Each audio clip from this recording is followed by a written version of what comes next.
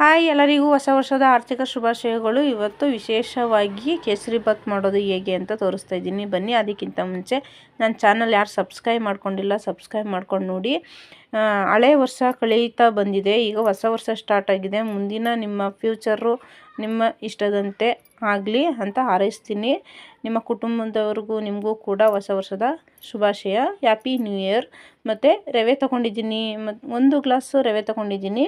ಈ ರವೆಗೆ 1 ಗ್ಲಾಸ್ ಸಕ್ಕರೆನೂ ಕೂಡ ತೊಗೋಬೇಕು. ಬನ್ಸಿ ರವೆ ತೊಗೊಂಡಿಲ್ಲ ನಾನು, ಮತ್ತು ಚಿರೋಟಿ ರವೆನೇ. ಬನ್ಸಿ ರವೆ ಕೇಸರಿಬಾತ್ಗೆ ಬಳಸಬಾರ್ದು, ಅದರಿಂದ ನಾನು ಚಿರೋಟಿ ರವೆ 1 ಗ್ಲಾಸ್ ಚಿರೋಟಿ ರವೆ ತೊಗೊಂಡಿದ್ದೀನಿ. 1 ಗ್ಲಾಸ್ ರವೆಗೆ ನಾನು 1 ಗ್ಲಾಸು ಸಕ್ಕರೆ ತೊಗೊಂಡಿದ್ದೀನಿ. 1.5 ಗ್ಲಾಸ್ ಸಕ್ಕರೆ ಹಾಕೋಬೋದು. ಸ್ವೀಟು ಜಾಸ್ತಿ ತಿಂತೀನಿ ಅನ್ನೋರು ಸ್ವೀಟು ತಿನ್ಬೋದು. ನಾನು ಮಿನಿಮಮ್ ಇಲ್ಲಿ ಸ್ವೀಟು ಕಮ್ಮಿ ಮಾಡ್ಕೋತೀನಿ, ಅತಿ ಜಾಸ್ತಿನೂ ಕೂಡ ಹಾಕಬಾರ್ದು. ಅದರಿಂದ ಸ್ವೀಟ್ ಕಮ್ಮಿ ಮಾಡೋಕ್ಕೆ 1 ಗ್ಲಾಸ್ ಸಕ್ಕರೆ ತೊಗೊಂಡಿದ್ದೀನಿ ಅಷ್ಟೇ. ಇಲ್ಲಿ ಅರ್ಧ ಕಪ್ಪಷ್ಟು ಎಣ್ಣೆ ತೊಗೊಂಡಿದ್ದೀನಿ. ಎಣ್ಣೆ 1 ಕಪ್ಪು ಫುಲ್ ಬಿಡಬೇಕು. ಎಣ್ಣೆ ಇದ್ದಷ್ಟು ಕೇಸರಿಬಾತು ಚೆನ್ನಾಗಿ ಟೇಸ್ಟಾಗೂ ಕೂಡ ಚೆನ್ನಾಗಿರುತ್ತೆ. ಆದ್ದರಿಂದ ನಾನಿಲ್ಲಿ ಅರ್ಧ ಕಪ್ ತೊಗೊಂಡಿದ್ದೀನಿ. ಮತ್ತು ಸಪ್ರೇಟು 2-3 ಸ್ಪೂನು ತುಪ್ಪನೂ ಕೂಡ ಹಾಕೋತೀನಿ.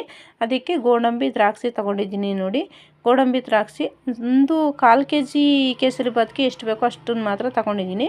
ಮತ್ತು ತವದ ಮೇಲೆ ಇದು ಬಾಣಲಿ ಕಾಯಕ್ಕೆ ಇಟ್ಟಿದ್ದೀನಿ. ನೋಡಿ, ಅದಕ್ಕೆ ನಾನು 1 ಸ್ಪೂನು ತಪ್ಪರೆ 2 ಸ್ಪೂನ್ ತುಪ್ಪ ಹಾಕೋತೀನಿ. ತುಪ್ಪ ಜಾಸ್ತಿ ಯೂಸ್ ಮಾಡಲ್ಲ ನಾನು, ಅದರಿಂದ ಕಮ್ಮಿ ತುಪ್ಪ ಯೂಸ್ ಮಾಡಿದ್ದೀನಿ. ಇದಕ್ಕೆ ಅರ್ಧ ಕಪ್ಪು ಎಣ್ಣೆ ಹಾಕ್ಕೊಂಡಿದ್ದೀನಿ. ಎಣ್ಣೆ ಮತ್ತು ತುಪ್ಪ ಕಾಯಬೇಕು ಚೆನ್ನಾಗಿ.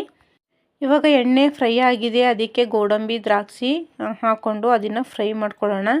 ಗೋಡಂಬಿ ದ್ರಾಕ್ಷಿ ತೆಗಿಯಲ್ಲ, ಅದರೊಳಗಡೆನೆ ರವೆ ಹಾಕ್ಕೊಂಡು ಫ್ರೈ ಮಾಡ್ಕೋತೀನಿ. ಸಿಂಪಲ್ಲಾಗಿ ರುಚಿಕರವಾದ ಕೇಸರಿಬಾತು ಹೇಗೆ ಮಾಡೋದು ಅಂತ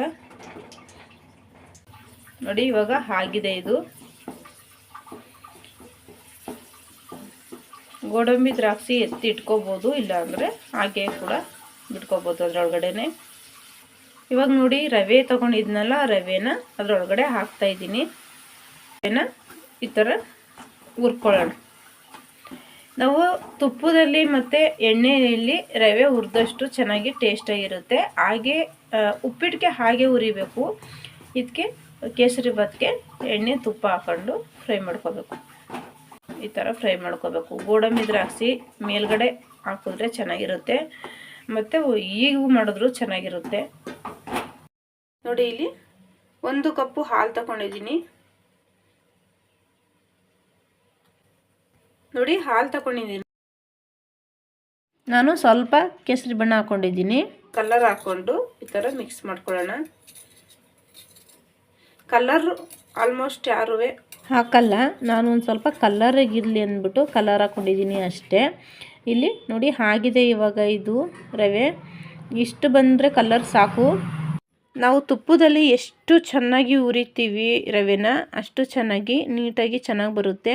ಅದಕ್ಕೆ ನಾನು 1 ಕಪ್ ಹಾಲಿಗೆ ಸ್ವಲ್ಪ ಕೇಸರಿ ಹಾಕ್ಕೊಂಡು ಅದನ್ನು ಮಿಕ್ಸ್ ಮಾಡಿಕೊಂಡು ಇದಕ್ಕೆ ಹಾಕ್ಕೊಂಡಿದ್ದೀನಿ. ನೋಡಿ, ಇದನ್ನು ಈ ಥರನೇ ಹಾಲು ಬಿಟ್ಟ ತಕ್ಷಣವೇ ಮತ್ತೆ ತಿರುಗಬೇಕು, ಇಲ್ಲಾಂದರೆ ತಳ ಹಿಡಿದು ಬಿಡುತ್ತೆ.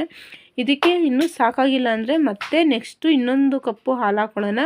ನೀರಂತೂ ಹಾಕೋಕೆ ಹೋಗಬೇಡಿ, ನೀರು ಹಾಕಿದ್ರೆ ಟೇಸ್ಟು ಚೆನ್ನಾಗಿರಲ್ಲ ಕೇಸರಿಬಾತು. ನಾನು ಹಾಲಲ್ಲೇ ಕೇಸರಿಬಾತು ಮಾಡ್ತಾ ಇರೋದು, ಅದರಿಂದ ಕೇಸರಿಬಾತು ಟೇಸ್ಟು ಕೂಡ ಚೆನ್ನಾಗಿರುತ್ತೆ. ಈಗ ನೋಡಿ, ಈಗ ಇದು ಈ ಥರ ರೆಡಿ ಆಗಿದೆ. ರೆಡಿ ಆದಮೇಲೆ ನಾವು ಲಾಸ್ಟಲ್ಲಿ ಸಕ್ಕರೆ ಹಾಕೋಬೇಕು. ರವೆ ಫಸ್ಟೇ ಸಕ್ಕರೆ ಹಾಕ್ಕೊಂಡ್ರೆ ರವೆ ಹಳ್ಳಲ್ಲ, ಅದಕ್ಕೆ ನಾವು ಲಾಸ್ಟಲ್ಲಿ ಸಕ್ಕರೆ ಹಾಕ್ಕೊಳ್ಳೋಣ. ಸಕ್ಕರೆ ಹಾಕ್ಬಿಟ್ಟ ತಕ್ಷಣವೇ ರವೆ ಹೇಗಿರುತ್ತೆ ಹಾಗೆ ಇರುತ್ತೆ. ನೋಡಿ, ಈ ಥರ ಮಿಕ್ಸ್ ಮಾಡ್ಕೊತಾನೆ ಇರಬೇಕು, ಮತ್ತು ತಳ ಹಿಡಿದ್ಬಿಡುತ್ತೆ.